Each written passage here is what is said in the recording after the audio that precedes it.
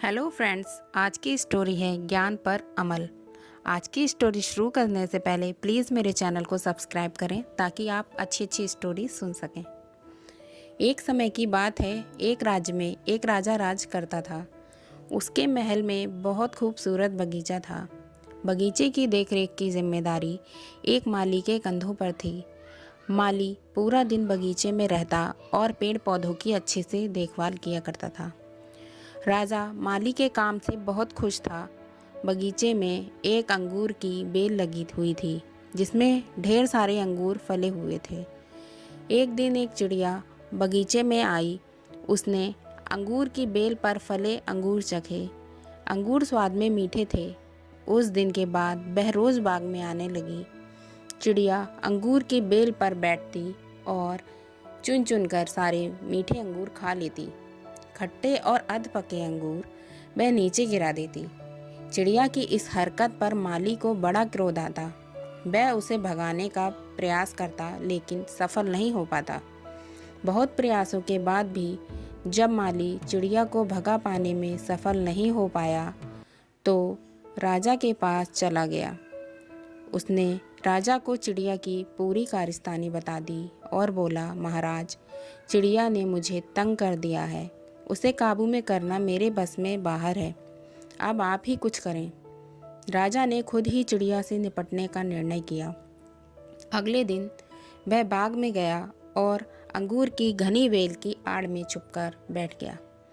रोज की तरह चिड़िया आई और अंगूर की बेल पर बैठकर अंगूर खाने लगी। अवसर पाकर राजा ने उसे पकड़ लिया।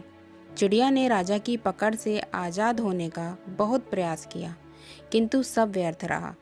अंत में वह राजा से याचना करने लगी कि वो उसे छोड़ दें। राजा इसके लिए तैयार नहीं हुआ।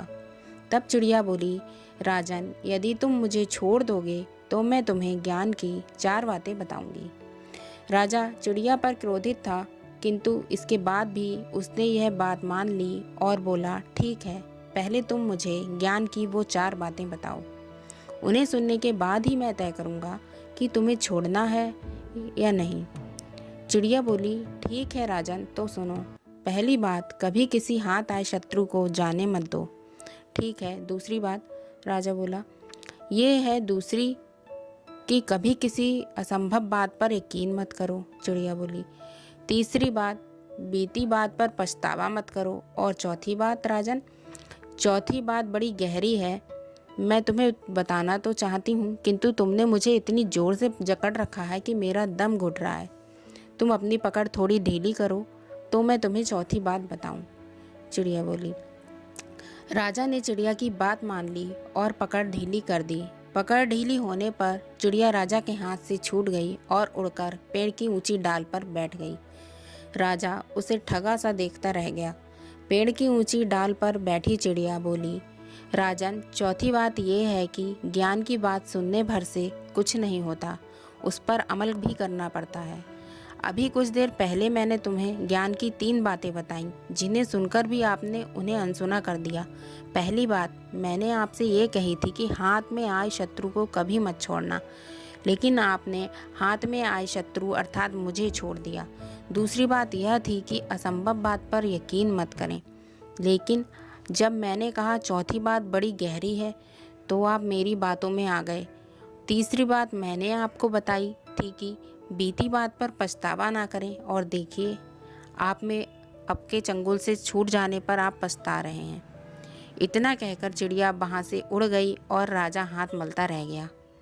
इस कहानी से हमें सीख मिलती है, मात्र ज्ञान अर्जित करने से कोई ज्ञानी नहीं बन जाता। ज्ञानी वो होता है जो अर्जित ज्ञान पर अमल करता है। जीवन में जो बीत गया उस पर हमारा कोई नियंत्रण नहीं, किंतु वर्तमान हमारे हाथों में है। आज का वर्तमान कल के भविष्य का निर्माण करेगा। इसीलिए वर्तमान में रहकर कर्म करें और अपना भविष्य बनाएं।